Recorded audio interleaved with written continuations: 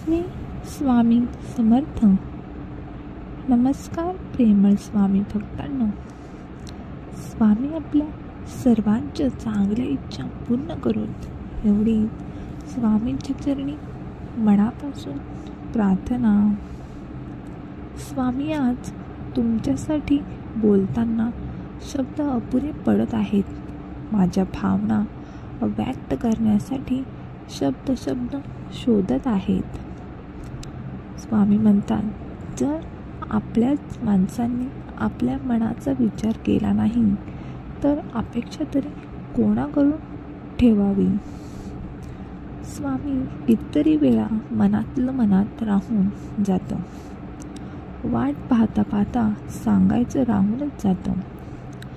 मग त्याला नशीब असं नाव दिलं जातं. देव म्हणतो, बाळा तू किती वेळ माझ्याशी बोलतोस हे महत्त्वाचं नाही, तर तू माझ्याबरोबर बोलतोस तसंच आपल्या घरातल्याबरोबर बोलतोस का हे महत्त्वाचं आहे.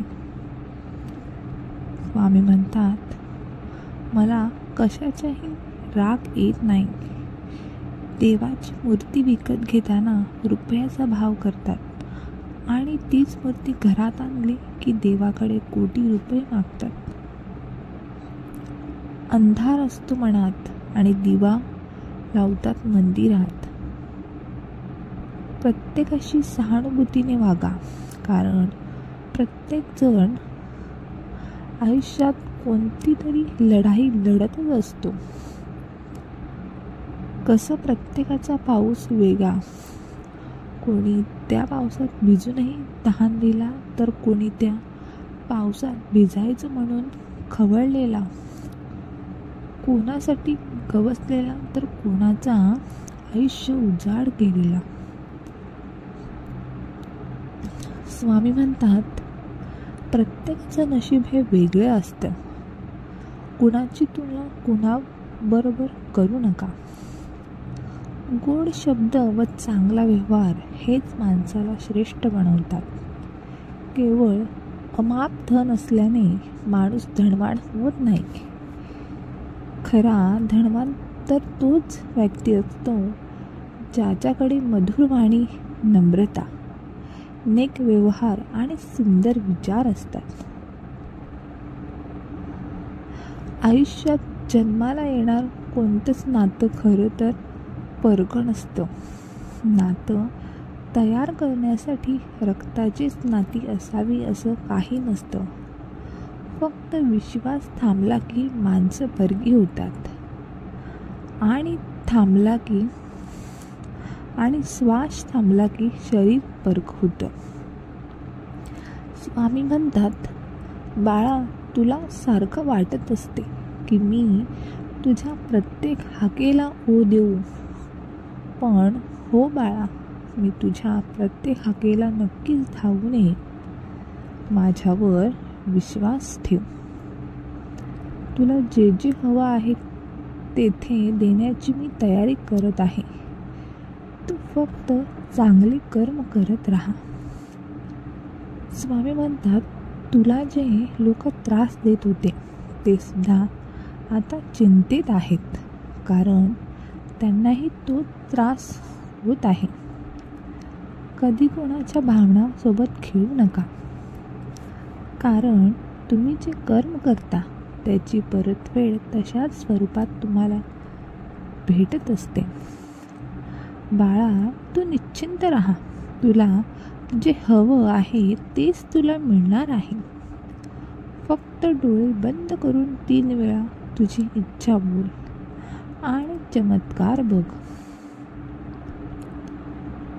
तुझ्याकडे खूप मोठे काहीतरी चांगले येणार आहे.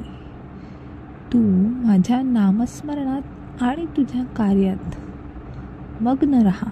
मी तुझ्या जीवनात असं काही देणार आहे ज्याची तू मनात इच्छा निर्माण केली होतीस, पण एवढी मोठी गोष्ट मिळेल का याची चिंतासुद्धा केली होतीस. तू निश्चिंत राहा. तुला जे हवं आहे तेच मिळणार आहे. बाळा, माझ्या चरणांना तू जसे स्पर्श करतोस तसेच रोज तुझ्या आईवडिलांच्या चरणांना स्पर्श कर. बघ, तुला कोणाच्या आदेशाखाली कधीच राहावं लागणार नाही. कशाला माझं तुझं करत राहता? हे शरीर नश्वर मलमूत्राचा गट्टा आहे, भावनांचे ओझे आहे. यातील आत्मा गेला तर याला कोणीच विचारणार नाही. मी तुझ्या नशिबाची सर्व दरवाजे उघडणार आहे.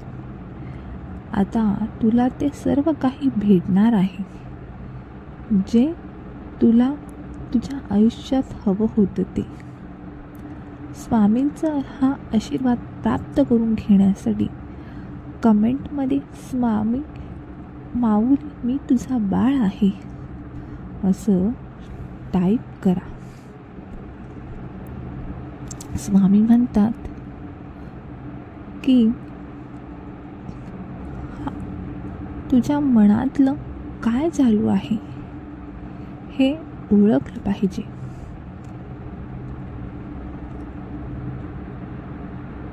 बाळा, या धर्तीवर सारखे येणे नाही जमत, म्हणून मी माझ्या सावलीला तुझ्याकडे ठेवले आहे. फक्त तू त्या सावलीकडे बघ.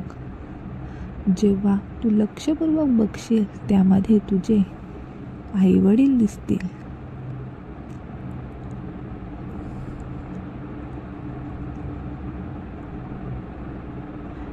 मी तेव्हाच तुझ्यावर खुश राहणार जेव्हा मला समजेल तुझे आईवडील खुश आहेत.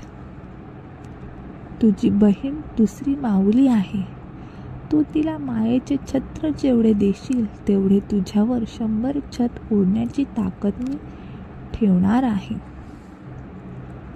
स्वामी म्हणतात, मुली, तू मुलगी असल्याचा गैरफायदा घेऊ नकोस, कारण ज्यावेळी तू त्या शब्दाला तडा देशील तेव्हा मी तुझ्या जीवनात धडा नक्कीच देईन. जीवन हसत खेळत जगा. इथे कोणाला सावरायला येणार नाही. आपलं आयुष्य आपल्याला जगायचं आहे. आपल्या जीवनात आनंद मिळण्याचा प्रयत्न करा, आनंद लपवण्याचा नाही. स्वामी म्हणतात, मी माझ्या भक्तांना तेथे सगळं काही देणार आहे जे जे त्यांना लागणार आहे. अशा व्यक्तीवर जास्त विश्वास ठेवा जी व्यक्ती आपल्या अंतःकरणातील 3 गोष्टी ओळखेल: हसण्यामागील दुःख, रागवण्यामागील प्रेम आणि शांत राहण्यामागील कारण. ज्याच्या देवावरती अतूट विश्वास असतो आणि जो कायम संयम ठेवून असतो तोच आपल्या भक्ती मार्गात यशस्वी होऊ शकतो. त्याची मनोरथ पूर्ण होतातच अशाच लोकांचे सर्व प्रश्न आपोआप सुटले जातात.